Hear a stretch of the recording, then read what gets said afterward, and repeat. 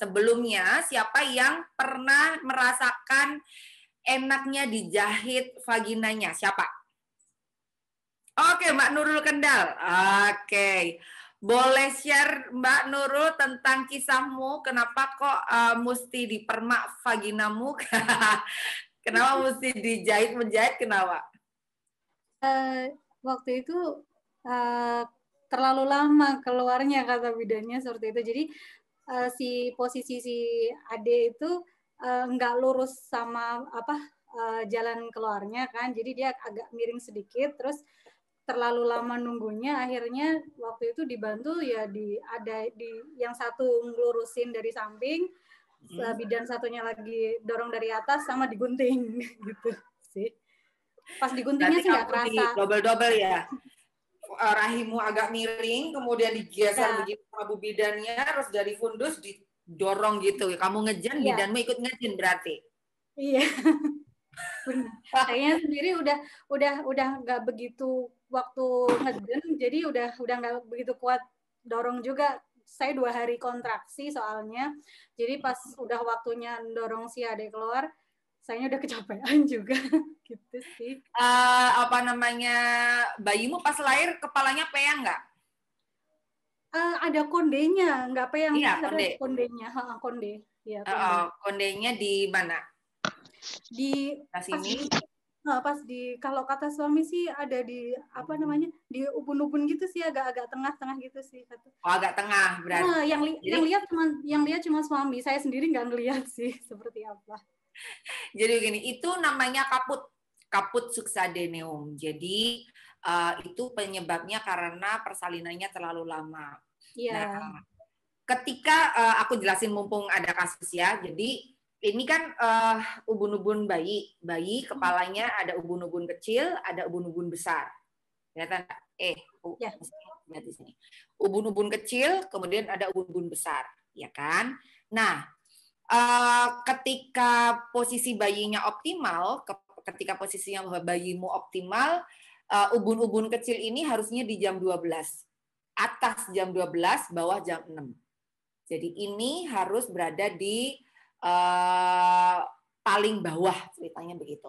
Nah, pada saat kamu terlalu lama ngejennya dan dia ketahan di jalan lahir terlalu lama, ingat jalan lahir itu kan ketat banget ya sebenarnya ya.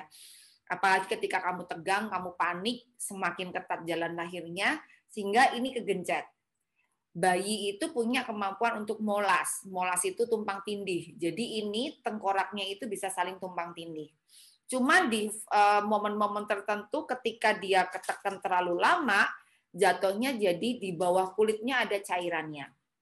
Itu yang disebut kaput. Nah, ketika ada cairannya, apa yang terjadi? Kadang-kadang ini merupakan salah satu tanda bahwa aduh kok kaput ya, akan semakin lama. Apalagi lihat kondisi ibunya kok kelelahan, ngejennya nggak tambah-tambah gitu. Nah, terus digunting itu menjadi salah satu bantuan. Jadi untuk dibantu untuk mungkin perineumnya terlalu ketat gitu kan.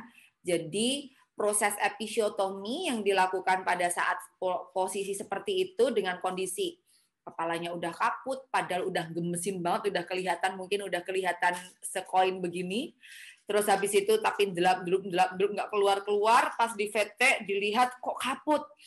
Atau dia crowning tapi lama banget nggak keluar, kaputnya aja yang keluar, kemungkinan besar digunting. Nah, ketika episiotomi itu dilakukan dengan indikasi. Artinya episiotomi dilakukan atas indikasi ibunya udah kelelahan, bayinya nggak bisa lahir.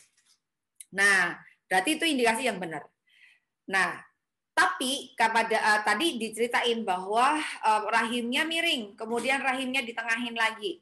Lalu habis itu didorong dari atas. Nah, itu namanya tindakan kristaller. Kristaller sebenarnya udah tidak dianjurkan, sangat tidak dianjurkan. Apalagi dulu saya juga pernah kristaller sih, tapi zaman dulu gitu kan.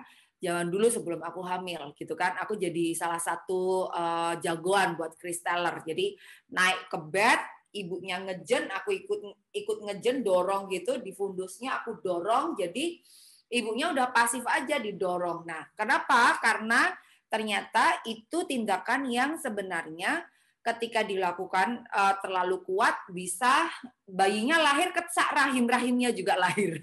Namanya prolaps uteri. Jadi itu tindakan yang sudah tidak dianjurkan. Tapi di kondisi-kondisi genting kadang-kadang Bu Bidan nggak punya pilihan. Gitu. Ibunya udah kelelahan, kepalanya sudah segini, dan nggak mungkin juga dirujuk, dimasukin nggak bisa, keluar nggak bisa, ibunya udah kelelahan, akhirnya yang ada di otak kita adalah gimana caranya supaya kamu keluar, bayinya segera lahir, betul nggak? Jadi akhirnya ya wes, udah Bismillah lah pokoknya gitu, ayo gitu kan, ngejen bareng-bareng. Jadi yang ngejen nggak cuma si ibu, bidannya juga ngejen gitu kan. Biasanya habis itu bidannya kelaparan, terus habis itu makan Indomie gitu kan. Jadi malam-malam gitu, makanya jangan dulu banyak bidan yang bidan-bidan itu diidentik dengan gemuk karena apa? Biar kuat dorong bayi gitu kan. Dorong itu tuh kristaller itu yang dimaksud. Nah, tapi ada beberapa ibu yang kaputnya itu ada di pinggir. Jadi di biparietal sini. Jadi di sebelah sini. Ini tanda ketika apa? Kepala bayi tidak optimal. Ini adalah salah satu indikasi atau salah satu faktor yang menyebabkan proses persalinanmu lama banget. Jadi posisinya begini. Oke? Jadi dia nggak ubun-ubun kecilnya nggak di jam 12, tapi dia miring begini. Nah, ditandai dari itu tadi, si rahimmu miring salah satu, berarti ligamen rahimnya tidak center. Akibat dari apa sih ligamen tidak center? Salah satunya juga akibat dari kehidupan sehari-hari atau gestur sehari-hari yang tidur miring ke salah satu sisi terus-terusan gitu kan, nggak mau gerak, kemana-mana miringnya ke situ, nggak pernah nyimbangin. Nah, itu yang menyebabkan seorang ibu jadi jatuhnya jadi apa namanya mengalami namanya partes tak maju atau partes lama gitu Mbak. Jadi lagi gimana rasanya di apa namanya di jahit Mbak Nurul, kalau boleh cerita. Rasanya ya cetit-cetit ngilu perih gimana gitu. Cetit-cetit ngilu perih berarti. Oke. Iya sih. Terus tujuanmu hari ini supaya nggak ngerasain itu lagi ya? Ya benar-benar, biar nggak kerasa lagi, biar nggak perlu ada jahit-jahitan lagi lah. Oke, gitu. karena kadang-kadang penyembuhannya lumayan ya. Ya, jadi kita mau gerak, mau aktivitas juga terbatas kan, jadinya seperti itu. Oke, sip. Thank you Mbak Nurul. Nama. Nah,